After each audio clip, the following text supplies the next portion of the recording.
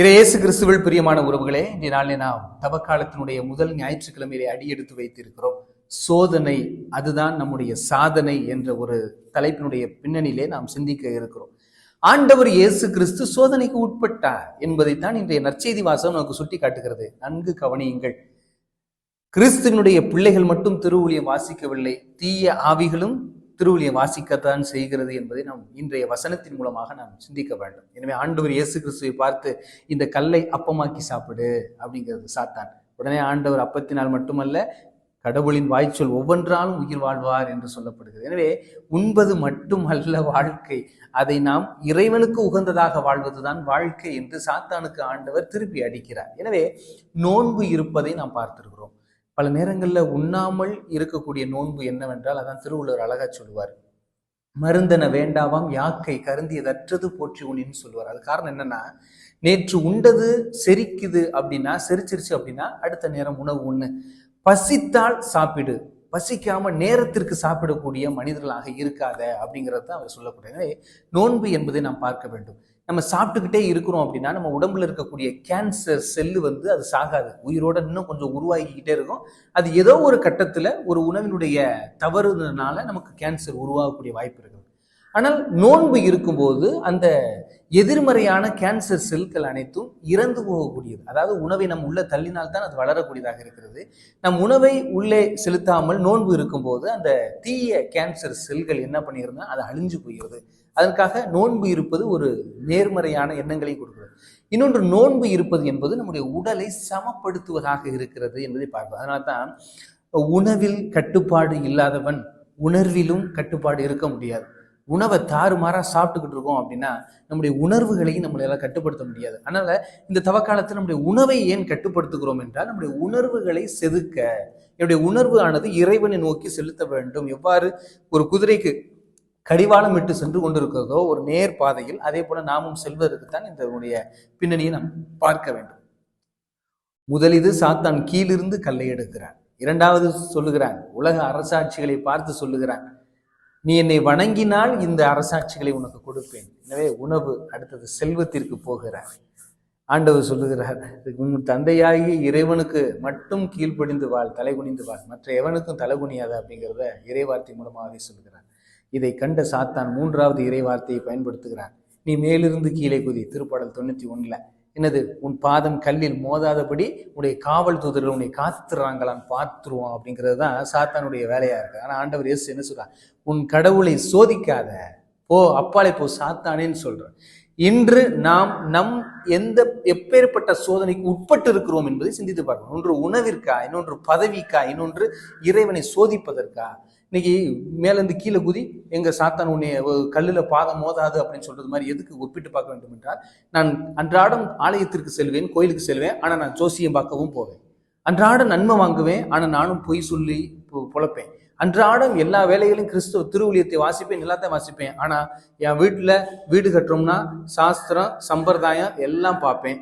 எல்லா பிற தெய்வங்களை நான் போய் வழிபட்டு வருவேன். பிற தெய்வங்கள் கொடுக்கக்கூடிய தாயத்துக்களை நான் வந்திருப்பேன். ஆனா நான் நாக்க நீட்டி நன்மை வாங்குவேன், நான் ஜோசியம் பார்ப்பேன், எல்லாம் பார்ப்பேன் அப்படின்னு சொன்னா, இதுதான் இந்த கடைசியில நீ கீழே விழு, உன் பாதம் கல்லில் மோதாத அப்படி தாங்குறாங்களா இல்லையான்னு பார்ப்போங்க. இன்று மனிதர்கள் ஏமாற்ற தொடங்கி விட்டார்கள். அம்மா, உங்க குடும்பத்துல பிரச்சனையா, அந்த கோயிலுக்கு போங்க, அவன் இந்த சாமி பார்த்துக்கிறோம், இந்த கோயிலுக்கு போங்க, இந்த சாமி பார்த்துக்கிறோம். எந்த சாமியும் பார்க்காது. துன்பம் வந்தனா நம்ம தான் பார்க்கணும். நம்ம பார்க்கறதுல தான் இறைவன் நம்மோடு இருந்து இணைந்து செயல்படக்கூடியவராக இருக்கிறார் என்பதை பார்க்க வேண்டும். துன்பம் என்பது எதை குறிக்கிறது என்றால், நான் ஒரு தங்கத்தை போட்டு புடமிடுறாங்க அப்படின்னா காரணம் அது தூய்மையான தங்கமாக கொண்டு வருவதற்கு. நம்மையும் துன்பம் ஆட்கொள்கிறது, நாம் இன்னும் தூய்மையாக இருப்பதற்குத்தான் துன்பங்கள் வருகிறது. துன்பம் ஏதோ வந்தோன்னோ அப்படியே கலண்டுக்கு ஓடி போடுற ரயில் பெட்டி மாதிரிலாம் இருக்கக்கூடாது. கடவுளை தொடர்ந்து நாம் இருக்கும்போது தான் நாம் அதனுடைய நேராக செல்லக்கூடிய ஒரு மனிதர்களாக நாம் இருக்க முடியும். எனவே சாத்தானுடைய பார்வையை பாருங்கள், 3 பார்வையுமே கீழ்தான் இருந்தது. கீழிருந்து கல்லை எடுக்கிறது, கீழே குதி என்கிறது, என்னை கீழே விழுந்து வணங்கு என்கிறது. எப்படி கெட்ட கல்வனை பார்த்தோம், எங்களை எப்படியாவது காப்பாத்து, நீ உண்மையிலே மெசியாதான் என்றால் எங்களை தரையில இறக்கி விடு. அப்ப சாத்தானுடைய பார்வை கீழ் நோக்கிய பார்வை, ஆண்டவுடைய பார்வை மேல் நோக்கிய பார்வை, நல்ல கல்வனுடைய பார்வை மேல் நோக்கி இருந்தது. அதனால் தான் ஆண்டவரே, நீ வான்வீட்டில் இருக்கும்போது அடியனை நினைவு கூறு, நீ இன்றே என்னோடு வான்வீட்டில் இருக்குப்பாய். அது எதுக்கு கொடுத்தாரு அப்படின்னா, நீ இப்பவே என் கூட தாண்டா இருக்கிற, இவன் தான் என்னை விட்டு பிரிஞ்சு மண்ணுக்கு போய் உட்கார்ந்து இருக்கிறான் பாரு, நீ என் கூட தான் இருக்கிற, நாளைக்கு நான் போனாலும் நீ என் கூட தான் வருவ அப்படிங்கிறதான் குறிப்பிடக்கூடியது. ஏனென்றால் ஆண்டவர் இயேசு கிறிஸ்துவை பொறுத்தவரையிலும் நீ இன்றைய என்னோடு வான்வீட்டில் இருப்பாய் என்றால் அன்றே உயிர் தெழுந்தார் என்பது பொருள் இல்லை, மாறாக அவர் உயிரோடு தான் இருக்கிறார். அந்த இடமே அவருக்கு சொர்க்கமாக இருக்கிறது. நீ இன்றே என்னோடு வான்வீட்டில் தான் இருக்கிறாய் என்பதை நாம் பொருளாகப்பட வேண்டும். எனவே நம்முடைய பார்வை கீழ் நோக்கி இருக்கிறதா, மேல் நோக்கி இருக்கிறதா? நாம் மேல் நோக்கி செல்லத்தான் இறைவன் நம்மை படைத்திருக்கிறாரே ஒழிய கீழ் நோக்கி செல்வதற்காக இறைவன் நம்மை ஒருபோதும் படைக்கவில்லை என்பதுதான் முக்கியமாக இருக்கிறது. திருவிவிலியத்தை நாம் எப்படி வாசிக்க வேண்டும் என்பதையும் நாம் கற்றுக்கொள்ள வேண்டும். பள்ளிக்கூடத்திலே படிக்கக்கூடிய குழந்தைகளை 3 வகைகளாக பிரிப்பார்கள். முதல் வகையினர் எப்படி இருப்பார்கள் என்றால், அன்னப்பறவையை போலவும் மாடை போலவும் பசுமாடை போலவும் மாடை போலவும் இருப்பார் என்று சொல்வார். என்ன ஃபாதர் இப்படி சொல்றீங்க? எவ்வளவுதான் நீரை கலந்தாலும் அன்னப்பறவை பாலை மட்டும் பருகும் என்று சொல்வார்கள். அதே போல எவ்வளவுதான் புற்களை மேய்ந்தாலும் மாடு இறுதியாக அமர்ந்து அசை போட்டு கொண்டிருக்கும் என்று சொல்கிறார். நாமும் இந்த திருவிலியத்திலே சாத்தானை போல இன்னைக்கு பயன்படுத்துறது பார்த்தீங்களா, தீய முறையில அப்படி பயன்படுத்தக்கூடாது, தூய முறையில் பயன்படுத்த வேண்டும் என்பதை சுட்டி காட்டுகிறது. அதே போல நாம் திருவிலிய வசனங்களை உள்ளே கொண்டு சென்ற பிறகு அதை மாடை போல அசை போட்டு கொண்டே இருக்க வேண்டும் என்பதுதான் நான் சொல்றேன். இதுதான் முதல் வகை மனிதர்களாக, ஒரு புனிதர்களாக வாழக்கூடிய மனிதர்களை அதை சுட்டி காட்டுகிறது. இரண்டாவது வகை மனிதர்கள் எப்படி என்றால், மண்ணை போலவும் கிளியை போலவும் இருப்பார்கள். அது என்னதுன்னா, கிளி என்ன செய்யுது, சொன்னதை சொல்லும், அவ்வளவுதான், என்னவோ அதுக்கு மேல ஒண்ணுமே சிந்திக்காது. பள்ளிக்கூடத்துல பாக்குறோம், டீச்சர் சொன்னது இதுதான், இதுக்கு மேல ஒன்னும் சிந்திக்க முடியாது அப்படிங்கிறதா அதனுடைய பாரு.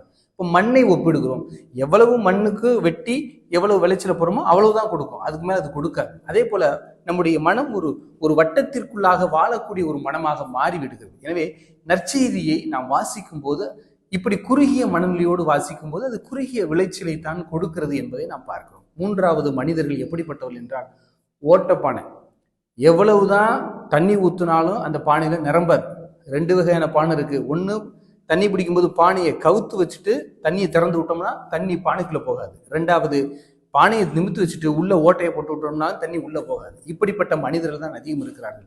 எவ்வளவு வாசித்தாலும், எவ்வளவு கேட்டாலும், எவ்வளவு பட்டாலும் அவர்கள் ஓட்டை பானையாகத்தான் இருப்பார்கள். அவர்கள் கடவுளை விட்டு விலகி செல்லக்கூடிய மனிதர்களாகத்தான் இருப்பார்கள் என்பதை அது சுட்டி காட்டுகிறோம். எனவே அன்பிற்கினிய உறவுகளே, இன்று ஆண்டவர் இறை வார்த்தையை முதல் மனிதராக உள்ளே வைக்கிறார். அது சாத்தான் இறை வார்த்தையையும் தண்ணீரையும் கலக்கிறது, அதாவது தீயதையும் தூயதையும் கலக்கிறது. ஆனால் ஆண்டவர் இயேசு கிறிஸ்து தூயதை எடுக்கிறார். உன் இறைவனாகிய கடவுளுக்கு மட்டும் தலைசாய், அப்பத்தினால் மட்டுமல்ல இறைவார்த்தை ஒவ்வொன்றாலும் உயிர் வாழ்வார் என்று சொல்லப்படக்கூடிய அந்த நிலையிலே ஆண்டவர் இயேசு கிறிஸ்து தூயதை எடுக்கிறார். இன்று நீங்களும் நானும் எப்படி இருக்கிறோம்? இறைவார்த்தையில் தூய நம்பிக்கை எடுக்கிறோமா? எனக்கு என்ன நடந்தாலும் என் கடவுள் இருக்கிறாரு, தாவீதை போல செயல்பட வேண்டும். எப்படி? ஒரு பெரிய பிரச்சனையாக சவுல் பார்க்கிறார் கோலியாத்தை, ஆனா தாவீது சின்ன பிரச்சனையா பார்க்கிறார். ஏன்னா என்னுடைய பெரிய கடவுளுக்கு முன்னாடி இந்த சின்னவன் தான் இந்த தாவீது. என்னுடைய கடவுள் இருக்கிறார், நான் கடவுளை எடுத்துட்டு போறேன், கடவுள் என் கூட இருக்கிறான்னு சொல்றார். இன்னைக்கு நம்ம அப்படிப்பட்ட ஒரு மனிதர்களாக மாற வேண்டும்.